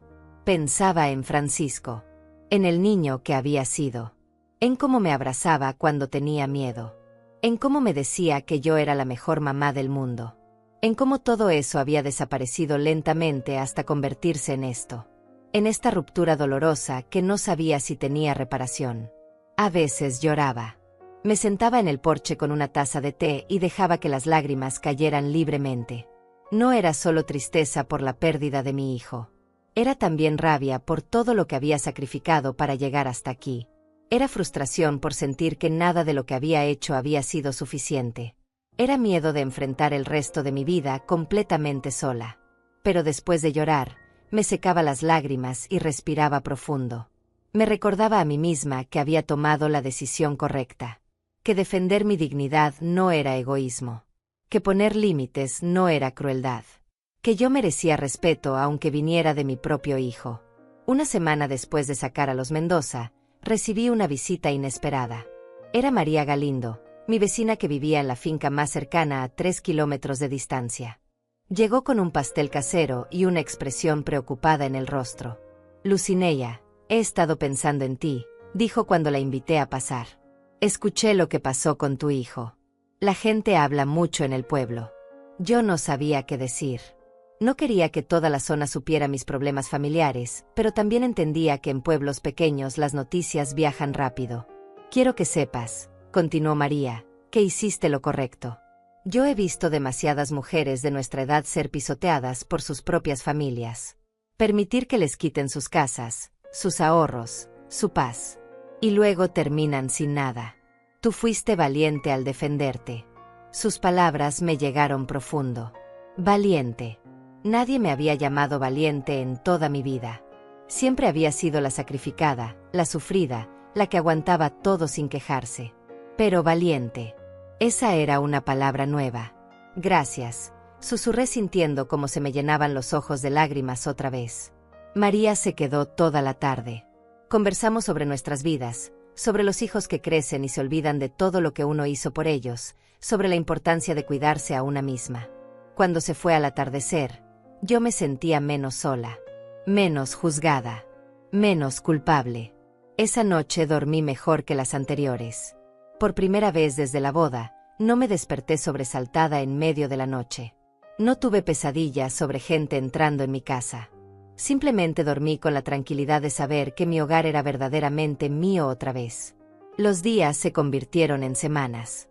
Yo establecí una nueva rutina. Me levantaba temprano, desayunaba en el porche viendo salir el sol, trabajaba en el jardín durante la mañana, descansaba durante las horas más calurosas del mediodía y dedicaba las tardes a leer o a hacer reparaciones menores en la casa. Era una vida simple, pero era mía. Francisco seguía sin llamar. El silencio de mi hijo era como una herida abierta que no terminaba de sanar. Pero yo no iba a ser la que rompiera ese silencio. No iba a ser yo quien pidiera perdón por defender lo que era mío. Si él quería hablar conmigo, sabía dónde encontrarme. Una tarde mientras regaba las plantas, mi teléfono sonó con un número desconocido. Dudé antes de contestar, pero finalmente lo hice. Doña Lucineya, soy Ronaldo Serrano. Señor Serrano, qué bueno escucharlo. Le llamo para informarle que he preparado todos los documentos que discutimos. Su testamento está listo. También preparé un poder notarial para que en caso de emergencia médica, usted tenga a alguien de confianza que pueda tomar decisiones por usted. Necesitamos que venga a firmarlos. Iré mañana mismo, dije sintiendo un peso en el estómago. Firmar esos documentos significaba aceptar oficialmente que mi familia se había roto. Al día siguiente conduje hasta la ciudad y firmé todos los papeles. En mi testamento dejé la finca a una organización de caridad que ayudaba a mujeres mayores sin recursos. Si Francisco quería algo de mí después de mi muerte, no iba a conseguirlo. Y el poder notarial se lo di a María, mi vecina, quien había demostrado ser más familia en una semana que mi propio hijo en años. Cuando salí del despacho de Ronaldo, me sentía extrañamente liberada. Había tomado el control total de mi vida y de mi futuro. Nadie podía manipularme. Nadie podía quitarme nada. Yo había recuperado mi poder. 3 semanas después de haber echado a los Mendoza de mi finca, recibí una llamada de Ronaldo Serrano. Su voz sonaba satisfecha cuando me dio la noticia que había estado esperando. Doña Lucineya, tengo buenas noticias. He revisado toda su documentación legal y puedo confirmarle que su propiedad está completamente protegida. Nadie puede hacer ningún reclamo sobre ella. Ni su hijo, ni su nuera, ni la familia de ella. Todo está blindado legalmente. Sentí un alivio enorme al escuchar esas palabras. Gracias, señor Serrano. No sabe cuánto significa esto para mí. Hay algo más, continuó él. Me tomé la libertad de registrar una orden de restricción preventiva. Si alguno de los Mendoza intenta acercarse a su propiedad nuevamente, estarán violando una orden judicial. Será suficiente para que los arresten de inmediato. ¿Eso es necesario?, pregunté sintiendo un poco de culpa. Es una precaución. Usted me contrató para proteger sus derechos, y eso es exactamente lo que estoy haciendo. Estas personas ya demostraron que no respetan límites. Es mejor estar preparada. Tiene razón. Gracias por todo. Colgué el teléfono y me quedé sentada en el porche sintiendo una mezcla de alivio y tristeza. Estaba protegida legalmente, pero emocionalmente seguía herida. La herida de saber que mi hijo me había traicionado de la forma más dolorosa posible. Los días siguientes fueron más tranquilos. Yo había encontrado una paz extraña en mi soledad. Despertaba cuando quería, comía lo que se me antojaba, pasaba las tardes leyendo libros que había comprado en el pueblo. Mi vida era simple, pero era completamente mía. María venía a visitarme 2 veces por semana. Traía comida casera y nos sentábamos en el porche a conversar durante horas. Ella me contaba sobre sus propios problemas con sus hijos adultos, sobre cómo ellos también esperaban que ella resolviera todos sus problemas financieros sin nunca agradecer todo lo que había hecho por ellos. Es la maldición de las madres de nuestra generación, me dijo una tarde. Dimos todo por nuestros hijos y ahora ellos creen que les debemos aún más. Sus palabras resonaban con una verdad dolorosa. Yo había dado toda mi vida por Francisco, pero él nunca lo había visto como un sacrificio. Lo había visto como una obligación, como algo que yo debía hacer sin esperar nada a cambio. Un día, mientras estaba en el pueblo comprando provisiones, me encontré con Fabiana Palacios, una antigua compañera de la fábrica donde había trabajado durante años. Ella me abrazó con fuerza cuando me vio. Lucineya, ¿cuánto tiempo sin verte? Escuché lo que pasó con tu hijo. Toda la fábrica está hablando de eso. Sentí vergüenza al principio, pero Fabiana continuó hablando antes de que pudiera responder. Quiero que sepas que todas las mujeres con las que trabajabas están de tu lado. Todas pensamos que hiciste lo correcto. De hecho, tu historia ha inspirado a varias de nosotras. Cristina finalmente le dijo que no a su hija, que quería que vendiera su casa para darle el dinero. Y Valeria dejó de darle dinero a su hijo, que nunca trabajó un día en su vida. Me quedé sin palabras. No había pensado que mi situación pudiera tener algún impacto en otras personas.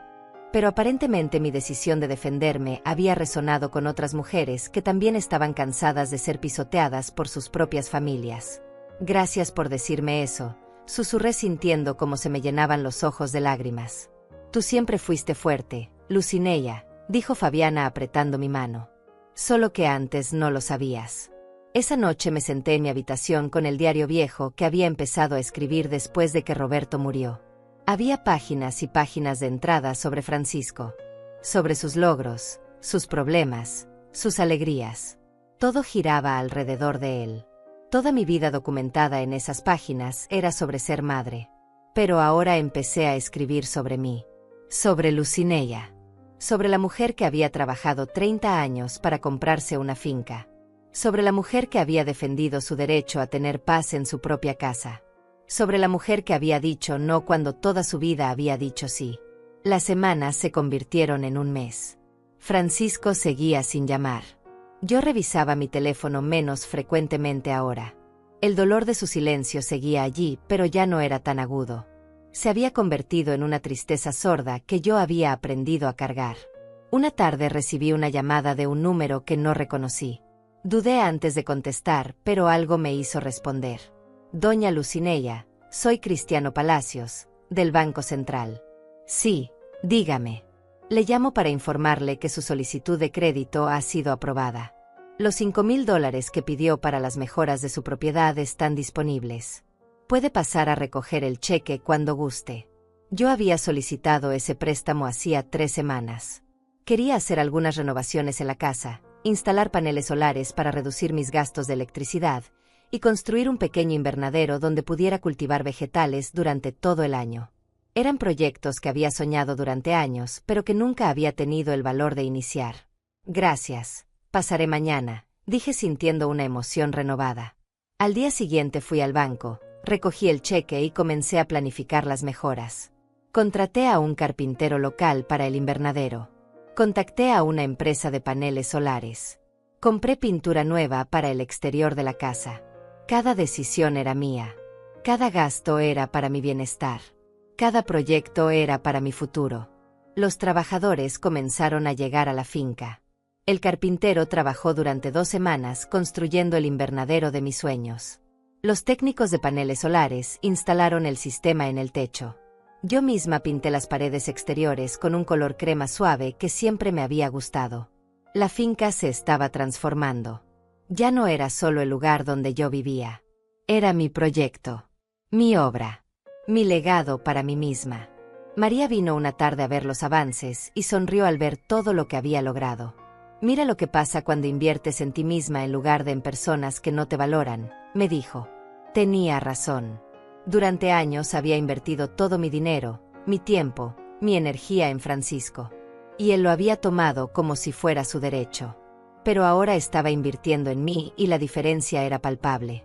Me sentía viva de una forma que no había sentido en décadas.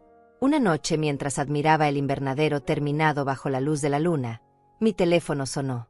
Era un mensaje de texto de un número desconocido. Cuando lo abrí, vi que era de Valeria. Su hijo está sufriendo por su culpa.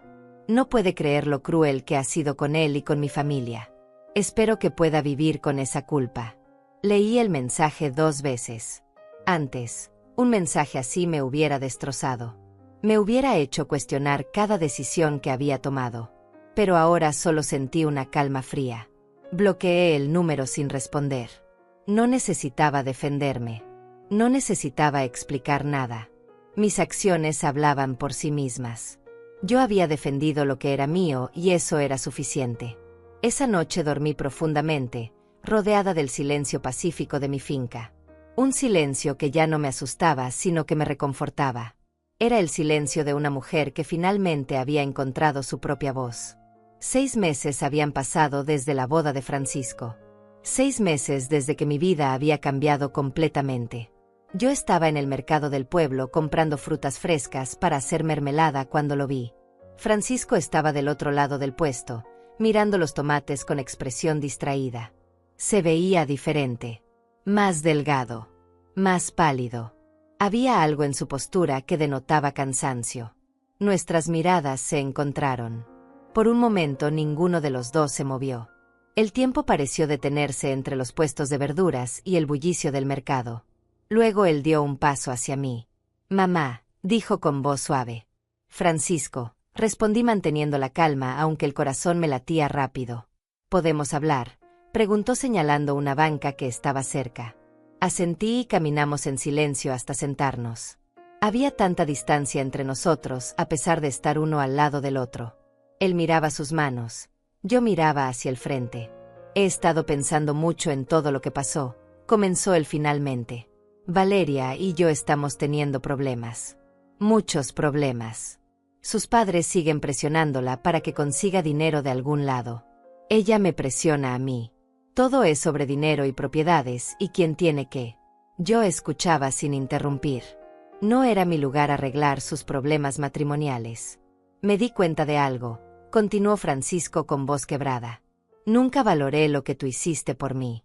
Trabajaste toda tu vida para darme oportunidades y yo lo tomé como si fuera mi derecho. Nunca te agradecí. Nunca te respeté. Y cuando finalmente tuviste algo tuyo, yo intenté quitártelo». Las lágrimas comenzaron a caer por sus mejillas. Yo lo miré y vi al niño que había sido. Al joven que había criado sola. Pero también vi al hombre que me había traicionado. «Perdóname, mamá», susurró. «Por favor, perdóname. Fui un hijo terrible. No merezco tu perdón, pero te lo pido de todas formas». Yo respiré profundo antes de hablar. «Francisco, lo que hiciste me dolió más de lo que puedes imaginar. No solo intentaste quitarme mi casa. Me faltaste al respeto. Me humillaste públicamente. Me llamaste egoísta por defender lo que era mío. Lo sé», dijo él cubriéndose el rostro con las manos. «Lo sé y me avergüenzo cada día. Pero hay algo que necesitas entender», continué. «Yo te perdono. No porque lo que hiciste esté bien, sino porque cargar con ese resentimiento me haría más daño a mí que a ti. Te perdono, pero eso no significa que las cosas vuelvan a ser como antes». Él me miró con ojos rojos. «¿Qué significa entonces?». «Significa que tienes que ganarte mi confianza nuevamente. Significa que respetarás mis límites y mis decisiones. Significa que nunca más vas a intentar manipularme o presionarme para que haga algo que no quiero hacer. Y significa que tu relación con Valeria y su familia es tu problema, no el mío». Francisco asintió lentamente. «Entiendo. Te lo prometo, mamá. Voy a ser mejor. Voy a ser el hijo que siempre debí ser. No me hagas promesas, hijo. Muéstramelo con acciones». Nos quedamos sentados unos minutos más en silencio. No era un silencio incómodo ahora. Era un silencio de entendimiento, de aceptación. de un nuevo comienzo que tendría que construirse con paciencia. ¿Cómo estás?, preguntó él finalmente. ¿Cómo está la finca? Está hermosa, respondí con una sonrisa pequeña. Hice muchas mejoras. Instalé paneles solares y construí un invernadero. Ahora cultivo mis propios vegetales durante todo el año. Me gustaría verlo algún día, dijo él tímidamente. Si me lo permites. Algún día, respondí. Cuando ambos estemos listos. Nos despedimos con un abrazo breve. No era el abrazo cálido de antes, pero era un comienzo. Yo lo vi alejarse entre la multitud del mercado y sentí una mezcla de tristeza y esperanza. Tristeza por todo lo que habíamos perdido. Esperanza de que quizás, con tiempo y esfuerzo, podríamos construir algo nuevo. Regresé a la finca al mediodía. El sol brillaba sobre los paneles solares. El invernadero estaba lleno de plantas verdes y saludables. Las paredes recién pintadas de la casa lucían hermosas bajo la luz clara. Este era mi hogar. Mi refugio. Mi logro. Me senté en el porche con una taza de café y miré el horizonte. La vida me había enseñado lecciones duras en estos últimos meses. Me había enseñado que el amor propio no es egoísmo, que poner límites no es crueldad, que defender lo que es tuyo no te hace mala persona. También me había enseñado que nunca es demasiado tarde para tomar el control de tu propia vida, que a los 64 años todavía puedes ser valiente, que todavía puedes reinventarte, que todavía puedes elegir tu propia felicidad. María llegó esa tarde como siempre hacía los jueves. Trajo pan recién horneado y nos sentamos juntas en el porche. Le conté sobre mi encuentro con Francisco. Ella escuchó con atención y luego sonrió. Hiciste lo correcto, me dijo. Le diste una oportunidad, pero no le regalaste tu confianza. Eso tiene que ganárselo. Así es, respondí sintiendo paz en mi corazón. Esa noche, mientras las estrellas comenzaban a aparecer en el cielo, yo caminé por mi finca. Toqué los árboles que había plantado. Olí las flores que había cultivado. Entré al invernadero y revisé mis plantas. Todo esto era mío. Lo había construido con mi trabajo, con mi sacrificio, con mi determinación. Me paré en medio del jardín y respiré el aire fresco de la noche. Por primera vez en mi vida, me sentía completamente libre. Libre de expectativas que no podía cumplir. Libre de sacrificios que nadie valoraba. Libre de ser quien los demás querían que fuera. Ahora era simplemente Lucineia. Una mujer de 64 años que había aprendido a defenderse. Una mujer que había recuperado su dignidad. Una mujer que había encontrado su propia voz y que nunca más iba a permitir que nadie la silenciara. El futuro era incierto. No sabía si Francisco realmente cambiaría. No sabía si nuestra relación se repararía completamente. No sabía qué me esperaba en los años venideros. Pero lo que sí sabía era esto. Mi finca era mía. Mi vida era mía. Mis decisiones eran mías. Y nadie, absolutamente nadie, iba a quitarme eso otra vez. Entré a la casa, cerré la puerta con llave y encendí las luces. Todo estaba en su lugar. Todo estaba exactamente como yo lo quería. Esta era mi casa. Este era mi hogar. Este era mi refugio. Y yo estaba en paz. Finalmente, después de toda una vida de dar, de sacrificar, de poner a otros primero, yo estaba viviendo para mí misma. Y esa sensación era más poderosa, más liberadora, más satisfactoria que cualquier cosa que hubiera experimentado antes. Me acosté esa noche con una sonrisa en el rostro. Mañana sería otro día. Otro día en mi finca. Otro día de mi vida. Otro día de ser completamente, genuinamente, libre. Y eso era más que suficiente.